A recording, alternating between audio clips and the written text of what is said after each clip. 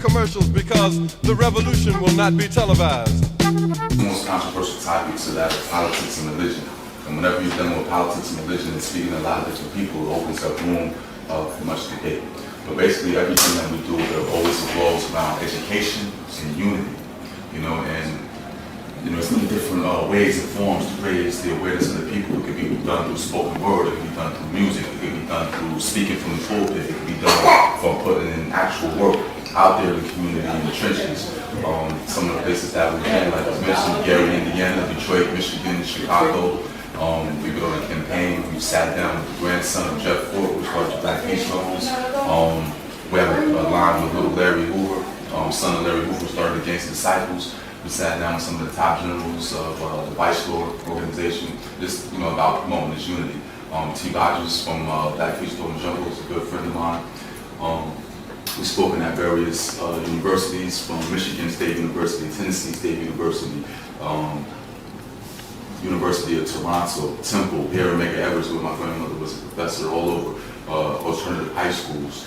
And we talk about education. One of the things my grandfather once stated is that education is our passport to the future, for tomorrow only belongs to those who plan to prepare for it today. And one of the things that Newton stated, he started the Black Panther Party, he said that no movement is successful without the support of the people.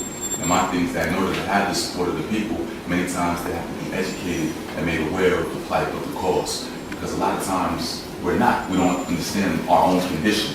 Just as Harriet Tubman said, she said that she could have freed a lot more slaves if only they had known that they were slaves. So this means that during a time of physical slavery, chains, shackles, whippings, there was brothers and sisters that you couldn't convince them to run away from the plantation because they didn't know anything else. This is due to their thorough indoctrination. So raising awareness of the people is very important. A lot of times people have the misconception or the illusion that we've made much progress from the times of Malcolm X, Martin Luther King, Medgar Evers up until now. But actually, in my opinion, we've taken a giant leap backwards in terms of the consciousness of the people.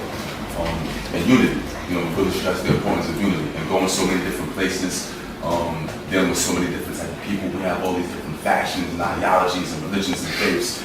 People, they can't work together because I'm Shia, he's Sunni, he's WD Muhammad, he's Nation Islam, I'm Christian, or it's gotten so bad where we've been reduced to colors. So I could walk down the wrong block and because of the color that I'm wearing, I might lose my life. So unity is very important.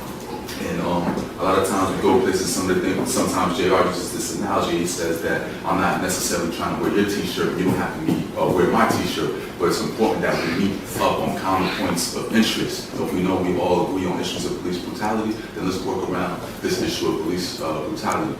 They have this European Union. Y'all know about the European Union? Yes. They have this thing called the European Union, where you have different nations like France, where I was born unfortunately, Germany, Switzerland, Belgium, Spain, all these different countries that don't necessarily get along with each other, don't necessarily like each other, and might display hostility towards one another. Yet they have enough common sense to come together for a common cause, to achieve a common goal, to stand up against a common enemy.